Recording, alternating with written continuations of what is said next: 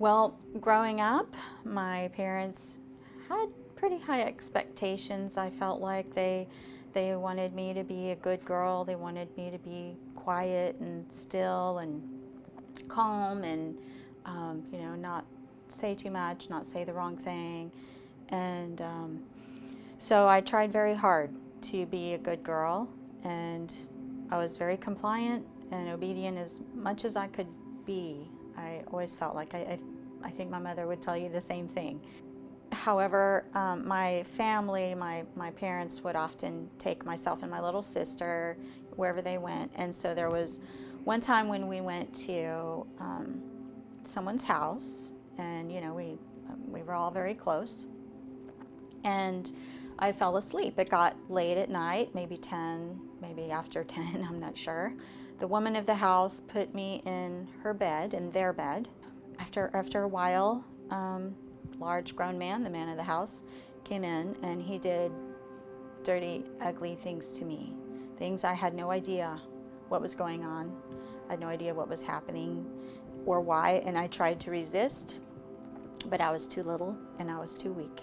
I was shocked, I was stunned, I didn't know what had just happened to me.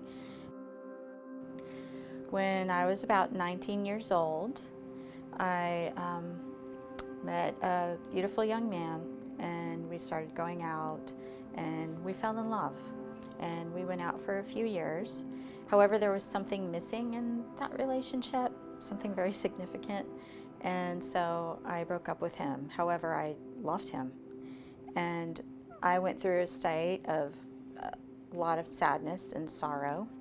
Some of my friends that had gone off to their universities came to town, and so we went out one evening, and that night I met a guy who seemed nice. And so that very next day he asked me to go to lunch. And so we went to lunch. Well, he talked me into going to a party with him that night. I was there for a while, and before I knew what happened, I blacked out. I was dancing, feeling fine, and I was with some girls that I knew, and just blacked out and hit the floor cold. Next thing I kind of recall is being drugged to his car. Next thing I kind of recall is being carried upstairs. He was carrying me up the stairs, and my arms and legs and neck were dangling back like a dead person. I had zero control of my body and no recollection of anything until morning, when he forcibly was holding me down and he raped me against my will, against my consent. I said no. I tried to resist him, still having whatever this drug was that he gave me or put in my drink, in my system, was too weak. And I was not the kind of girl to be promiscuous. I was not the kind of girl to be real sexually active, especially with someone I didn't even know. And so I was not on birth control. That was not a common thing for me, hardly ever. And so I did wind up getting pregnant from that. And so in my head, in my mind, I started getting confused. And I thought, well, maybe, it wasn't that long ago that I was with my boyfriend that I loved. Maybe it's his baby. Maybe there's a chance. I never told my ex-boyfriend what happened.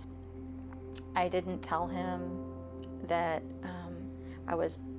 whose baby it was, but I did tell him that I was pregnant.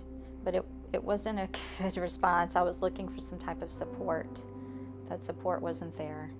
So meanwhile, at the university, I was in class, and I did tell my close friends and family that I was pregnant. I didn't tell them I was raped. I just told them I was pregnant. So everybody assumed, because they knew that I was in love with this young man and he with me.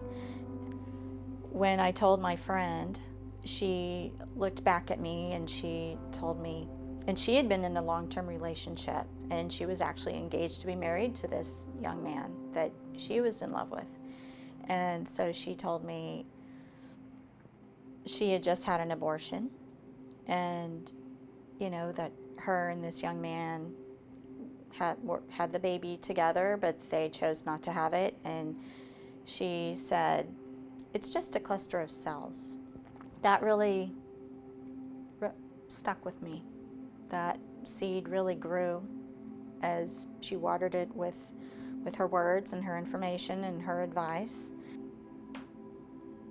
After about 3 to 4 weeks, I called the phone number that my friend had given me and made an appointment. And so the first thing they did was took my money. And so they had me wait in the waiting room, and they did a sonogram, and I had zero feelings at this point. I think I was completely numb. So then it was time to have the procedure, to have the abortion. And I never met the abortionist, never knew his name, never saw his face, but I could still feel what was going on in my uterus. And he scraped in my uterus and scraped and scraped and scraped, on and on and on. And it seemed like forever that he was scraping in there. And it was really, really painful. I'll never forget the pain. And, after the abortion, I knew I'd done something really, really wrong. And so I went through so much guilt and so much sorrow and sadness and depression for so many years, and I hated myself. I absolutely hated myself. And the hardest thing is forgiving yourself. Others can justify or try to justify abortion because of rape. I never could. Even though I did it, I never could. And no one can convince me otherwise, because that's not the truth. The truth is, I love my baby girl. And she's in heaven with the Lord. I know she wants good things for me. And I know Jesus wants good things for me. But God has cleansed me and He's forgiven me. He's purged me of my idols and the soul ties that I've held on to. And He's has His own way sometimes for each of us on how He cleanses us of those things. But in Jeremiah 29:13 it says, if you seek me, you will find me when you seek me with all of your heart. And so when we're truly seeking the Lord and seeking to please Him, we can go to Him in prayer. We don't have to have all the answers, but we can just go to Him and say, Lord, lead me and show me your way. And He'll show you. And you do what He says, and He blesses that obedience.